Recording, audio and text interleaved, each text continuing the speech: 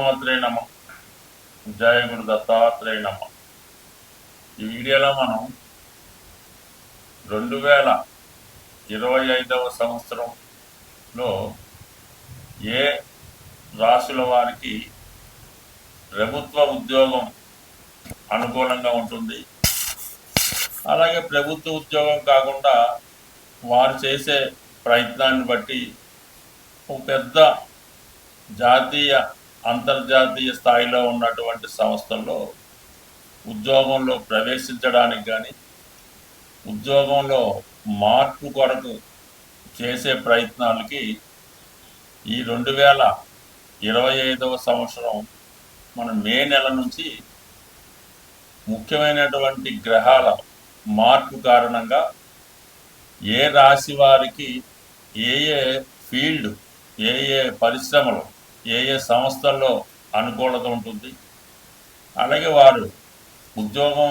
చేసుకుంటేనే మంచిదా, లేదంటే వ్యాపారంలోకి మారితే ఇంకా ఇంప్రూవ్మెంట్ సాధించవచ్చా, మరి కొందరైతే 2 రకాలుగా చేసుకుంటే ఏ విధంగా ఉంటుంది అన్న విషయానికి ముఖ్యంగా ఎవరికైనా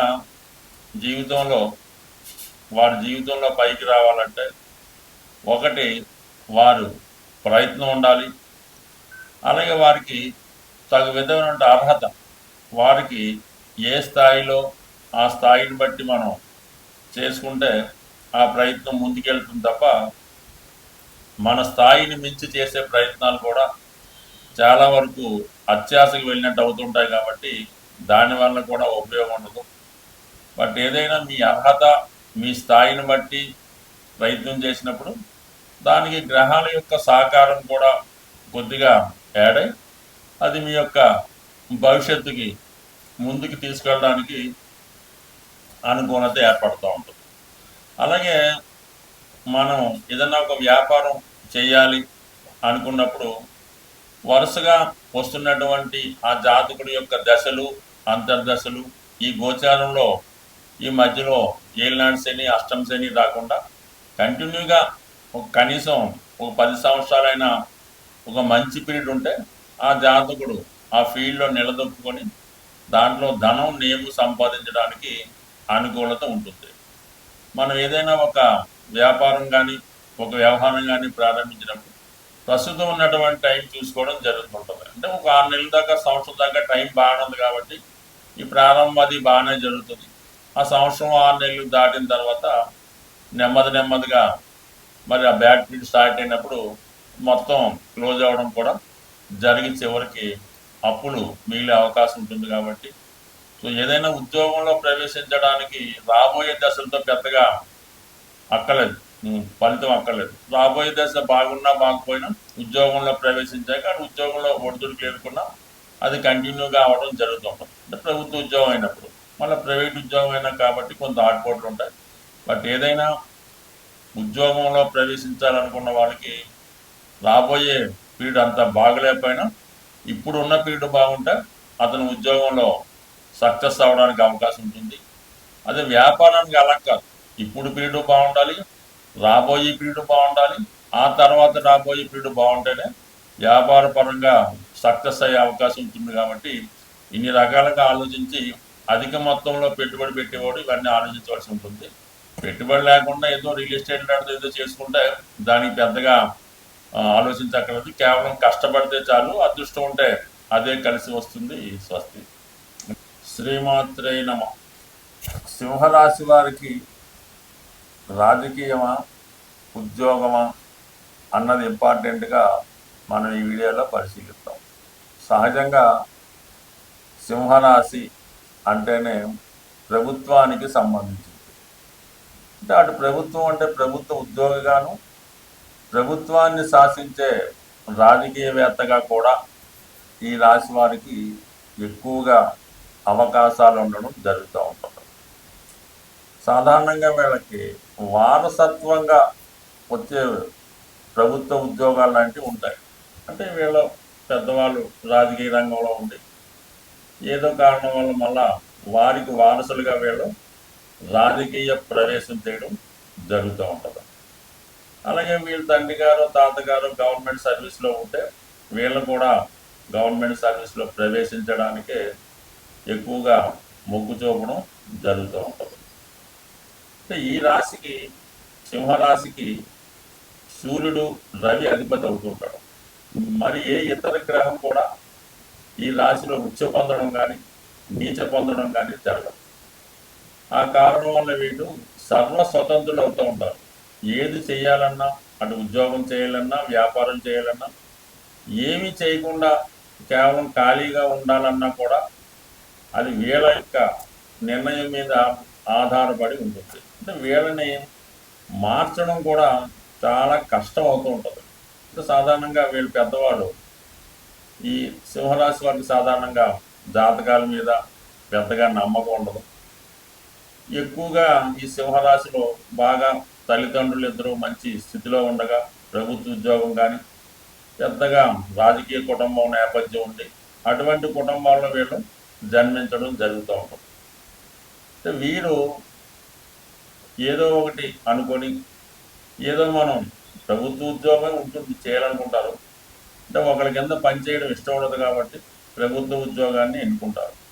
ఏమనుకుంటారు, వాళ్ళ యొక్క విద్య దాన్ని బట్టి ఫస్ట్గా వాళ్ళు అనుకున్నది ఏంటంటే సివిల్స్, ఐఏఎస్ అన్నది వీళ్ళ జీవిత ధ్యేయంగా పెట్టుకుంటారు. సహజంగా దానికి వీళ్ళ తల్లిదండ్రులు కూడా మనోడు సివిల్స్కి వెళ్తున్నాడు, బాగుపడిపోయాడు, ఇంకా పర్లేదు, కంపల్సరీగా మా వాడు నెంబర్ 1 కలెక్టర్ అవుతాడని వాళ్ళ కళ్ళకు అంటూ ఉంటారు. ఈ అబ్బాయికి కూడా వాళ్ళు అడిగిన ప్రతిదీ ఇవ్వడానికి రెడీగా ఉంటారు. చెప్పుకోవడానికి కూడా చాలా బాగుంటుంది. అయితే ఈ సమయంలో ఏదో ఒక సాధారణ ఉద్యోగం, చిన్న స్థాయి ఉద్యోగం ట్రై చేసుకుంటే తప్పు లేదు కదా, కానీ ఆ విధంగా వాళ్ళు ట్రై చేయరు. అదే ఏం పెట్టుకొని మామూలుగా సివిల్స్కి ఒక 6 సంవత్సరాలు 7 ఛాన్స్లు ఇస్తూ ఉంటాడు కదా, మధ్యలో గ్యాప్ తీసుకొని అటు ఇటు మొత్తం మీద అదే ప్రయత్నంలో 10-12 సంవత్సరాలు టైం వృధా చేయడం జరుగుతూ ఉంటుంది. ఎవరో ఒకరు సక్సెస్ అయిన వాళ్ళు లేకపోలేదు, కానీ ఇది కొంతమందికి విషయంలో మాట. ఎవరైతే కళల రూపంలో ప్రయత్నం లేకుండా కళలు కంటూ సివిల్స్ రాస్తున్న వారు కానీ, గ్రూప్ 1 కానీ, ఏదన్నా ఏదో ఒక ఉన్నత స్థాయి ఎన్నుకుంటారు. దానికన్నా చిన్నది ఉద్యోగం వచ్చినా కూడా దాన్ని వదులుకోవడం జరుగుతూ ఉంటుంది. సో ఈ విధంగా వీళ్ళు ఈ కాలాన్ని వృధా చేయకుండా వచ్చిన అవకాశాన్ని ముందుగానే చిన్న స్థాయి ప్రభుత్వ ఉద్యోగైనా ముందు చేయకపోతే చివరికి మాత్రం వీళ్ళు ఎండింగ్ మాత్రం ఖచ్చితంగా ఆ డిపార్ట్మెంట్ హెడ్ కానీ మరి వాళ్ళు రిటైర్మెంట్ అవ్వడం జరుగుతుంది. సాధారణ కౌన్సిలర్గా వీళ్ళు రాజకీయం ప్రవేశించిన కనీసం ఒక క్యాబినెట్ మినిస్టర్ స్థాయి కన్నా వెళ్ళడం జరుగుతూ ఉంటుంది. వాళ్ళు నిజాయితీగా ఎవరు వెన్నుపోటు పడకుండా నిజాయితీగా ఉంటే 100% ఉన్నత స్థాయికి వస్తారు. ఎలాగొస్తారు, చిన్న స్థాయి నుంచి పై స్థాయికి వెళ్ళడం జరుగుతుంది. ఎందువల్లంటే ఈ సింహరాశికి 6వ స్థానం అన్నది మకర రాశి, దానికి శని అధిపతి. అది సర్వీస్ చెప్తుంది. ఒకరి కింద సర్వీస్ చేస్తూ వాళ్ళు చెప్పింది జాగ్రత్తగా పని నేర్చుకొని ముందుకెళ్తే బ్రహ్మాండంగా రావడం జరుగుతూ ఉంటుంది. సో అలాగే భాగ్యంలో ఈ రాష్ట్రాధిపతి ఉచ్చి పొందుతూ ఉంటాడు. అందుకని కంపల్సరీగా వీళ్ళు ఎప్పటికైనా ఉన్నత స్థాయికి వెళ్ళడం అయితే జరుగుతూ ఉంటుంది. సో అందువల్ల ఏంటంటే ఒకేసారి 100 మెట్లు ఎక్కడం కన్నా ఒక మెట్టు ప్రయత్నం చేస్తే అటు రాజకీయం కానీ, ప్రభుత్వ ఉద్యోగం కానీ 100% వీళ్ళకి సక్సెస్ అవుతుంది. అలాగే వ్యాపారం అన్నది ఏదో పెద్ద సైజు వాళ్ళు వారసత్వంగా వచ్చినటువంటి ఇండస్ట్రీస్ అన్నటువంటి పర్లేదు, కానీ చిన్న చిన్న వ్యాపారాలు సాధ్యమైనంత వరకు వీళ్ళకి ఇష్టం ఉండదు. అంటే వీళ్ళని ఒకరిని రిక్వెస్ట్ చేయడం, ఒకరిని బతిమాలడం, ఒకరికి అనుకూలంగా మాట్లాడటం, ఇవన్నీ వీళ్ళకి పెద్దగా ఇష్టం ఉండదు. కాబట్టి కంపల్సరీగా వీళ్ళు అధికార హోదాని కోరుకుంటూ ఉంటారు. బట్ ఏదైనా ఈ రాశిలో మఖా నక్షత్ర జాతకులు సాధారణంగా వాళ్ళ పూర్వీకులు తాత, తండ్రి, ముత్తాత ఏదైతే చేస్తారో అదే వృత్తిని వీళ్ళు చేయడానికి ఇష్టపడుతూ ఉంటారు. సాంప్రదాయ వృత్తులనే ఎక్కువగా మొగ్గు చూపుతూ ఉంటారు. సో అలాగే ఈ రాశి వారు పాత వాటికి, అంటే పురాతనటువంటి ఎండోమెంట్స్ డిపార్ట్మెంటు, జులాజికల్ లాంటివి, భూమిలో చంపే పురాతన వస్తువులకి బాగా ఇంట్రెస్ట్ చూపిస్తూ ఉంటారు. ఎక్కువగా మన సాంప్రదాయాల్ని, మన జాతి గౌరవాన్ని, జాతి చిహ్నాల్ని కాపాడే ప్రయత్నంలో చాలా వరకు వీళ్ళు మన సంస్కృతిని కాపాడి దానికి సంబంధించిన వృత్తుల్లో కానీ స్వతంత్రంగా కానీ ఈ రాశి వారు ఉంటారు. అంటే వీళ్ళు కంపల్సరీగా ఎదుట వారి నుంచి గౌరవాన్ని కోరుకుంటూ ఉంటారు. ఒక్క గౌరవం ఇస్తే చాలు ఎంతైనా వీళ్ళు చేయడానికి, త్యాగం చేయడానికి సిద్ధపడుతూ ఉంటారు. బాగా అదృష్టవంతమైనది ఇదే రాశిలో ఈ పుబ్బా నక్షత్రం. ఇది చాలా ఎంటర్టైన్మెంట్కి సంబంధించింది కాబట్టి సినిమా పరిశ్రమలో ఎక్కువ మంది హీరోలు ఈ నక్షత్రంలో జన్మించే వారే అవుతూ ఉంటారు. అలాగే సంగీత దర్శకులుగా మ్యూజిక్ డైరెక్టర్లు అవ్వచ్చు, డైరెక్టర్లు అవ్వచ్చు, హీరోలు అవ్వచ్చు, సినిమా పరిశ్రమకు నెంబర్ 1 రాణిస్తుంది.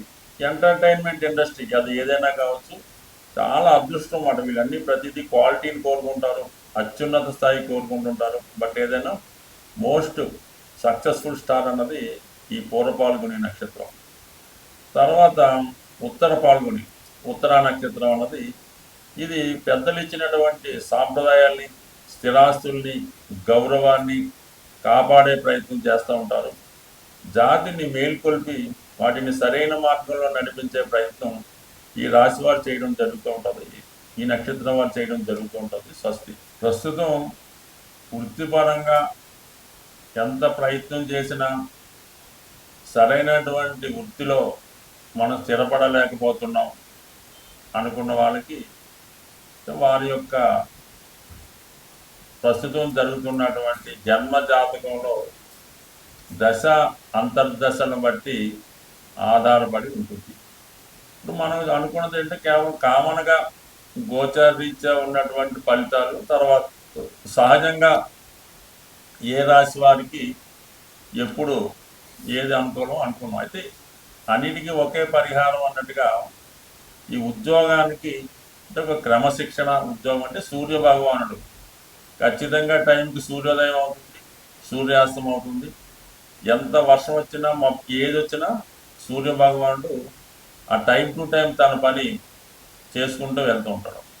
అలాగే ఏదైనా వృత్తిలో స్థిరపడాలనుకున్న వాళ్ళకి ఒక క్రమశిక్షణగా ఒక ఉదయం వేకువజామునే లెగ్స్ ఉండడం, అలాగే సాయంకాలం సమయంలో నిద్ర, ఇవన్నీ ఒక టైంలో పంచుమాటుగా చేయాలి. మీరు పొద్దున్న లేచారు 5:30 ఓకే, ఏదో పార్క్ వెళ్ళారు వాకింగ్ అరగంట టైం ఓకే, టిఫిన్ 9:30 అంటే 9:30కి రోజు భోజనం 1:30, 2 అనుకుంటే ఆ టైంలోనే భోజనం, సాయంకాలం 4 గంటల టీ అంటే 4 గంటలకే తాగండి, మళ్ళీ 8 గంటల ఈ టైం మెయింటైన్ చేయండి. మీరు ఖాళీగా ఉండండి, కానీ ఈ ప్రతి పని కూడా ఒక టైంకి పర్ఫెక్ట్గా చేయడం వల్ల, అలాగే మీరు ఎక్కడో ఉన్నారు మీ మదర్కి ఫోన్ చేయండి, ప్రతిరోజు అదే టైంకి లెగిసిన వెంటనే ఉదయం 7 గంటలకి అదే టైంకి మీరు ఫోన్ చేయండి, ఆవిడ ఎదురు చూస్తుంటారు, మీ పని కార్యక్రమం పూర్తవుతుంది. ఈ విధంగా ఒక టైం ప్రకారం సిస్టమేటిక్గా మీరు నిరుద్యోగిగా ఉన్నా ఉద్యోగం ఉన్నా ఈ టైం సెన్స్ పాటించడం వల్ల కంపల్సరీగా మీ యొక్క వృత్తి వ్యాపారాలు ఇంప్రూవ్మెంట్ అవుతూ ఉంటాయి. మీరు ఒక షాప్ పెట్టుకుని ఒక కాలనీలో ఉన్నారు, ఒక్క మనిషి రానివ్వండి రానివ్వకండి, టైం మెయింటైన్ ఉదయం 6 గంటలకి షాప్ ఓపెన్ చేయమని బోర్డు రాయండి, 6 గంటల నుంచి సాయంకాలం 6 గంటల దాకా ఉంటుంది. ఎంత ఇబ్బంది వచ్చినా ₹1 అమ్మకపోయినా ఉదయం 6 నుంచి సాయంకాలం దాకా ఓపెన్ అయి ఉంటే నెమ్మదిగా మీ కస్టమర్స్ పెరుగుతారు, సమయంగా ఆ టైంకి వచ్చి తీసుకెళ్ళడం కూడా జరుగుతూ ఉంటుంది. అదే ఒకరోజు 10 గంటలకి, ఒకరోజు సాయంకాలం 4 గంటలకు క్లోజ్ చేయడం, ఈ వర్షం వచ్చిందని సెలవు ఇవ్వడం, ఈ విధంగా చేయడం వల్ల మీ కస్టమర్ మీ దాకా రాడు, ఎక్కడో అక్కడ బయట నుంచి కొనుక్కొని మీరు ఉంటారో తెలియదు కాబట్టి వాడు ముందు ఏర్పాటుతోనే రావడం జరుగుతూ ఉంటుంది. కాబట్టి వ్యాపారం అయినా ఉద్యోగం అయినా క్రమశిక్షణ టైం మెయింటైన్ చేయండి. ఇదే దైవారాధన లాంటి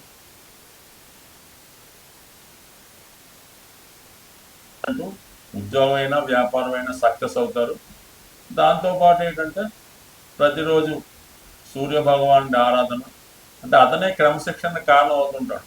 ధనాన్ని ఇచ్చేది కూడా సూర్య భగవానుడే కాబట్టి ఈ విధంగా మీరు సూర్య భగవాన్ని పూజించుకోవడం, ఆదివారం నియమంగా ఉండడం చేయడం వల్ల కంపల్సరీగా మీరు ఏ వృత్తిలో ఉన్నా రాణిస్తారు. అయితే కొద్దిపాటి మాన్యువల్ రెమెడీ అనుకోండి, మామూలుగా ఈ జంతువులకి అది ఆవు కావచ్చు, గుర్రాన్ని కావచ్చు, పిల్లి కావచ్చు, చెరువులో చేపలు కావచ్చు, ఈ మూగ జీవులకి ఆహారాన్ని అందించడం కూడా మీకు చాలా వరకు ఈ వృత్తిలో అభివృద్ధికి సహకరించే అవకాశం ఉంటుంది. ఈ విధంగా చిన్న చిన్న రెమెడీస్ ఎక్కువగా ఈ డ్రై ఫ్రూట్స్ ఉంటాయి కదా, ఎండు ద్రాక్ష, ఎండు ఖర్జూరం లాంటివి ఏదో ఒక మీకు అనుకూలమైన రోజు ఎక్కడ ఉన్నటువంటి మరి సాధువులు లాంటి వాళ్ళకి ఈ డ్రై ఫ్రూట్స్ పంచిపెట్టడం వల్ల చిన్న చిన్న వృత్తిపరమైనటువంటి చికాకులు, అంటే ఏదన్నా ప్రతిదానికి ఒక రెమెడీ, ఒక సమస్య ఉంటుంది. అయితే మనం ఆ ప్రయత్నం చేస్తూ ఈ పరిహారాన్ని కూడా చేసుకోవడం వల్ల మరి భగవంతుడి యొక్క అనుగ్రహంతో ఉపాధిలో స్థిరత్వం వచ్చే అవకాశం ఉంటుంది. స్వస్తి.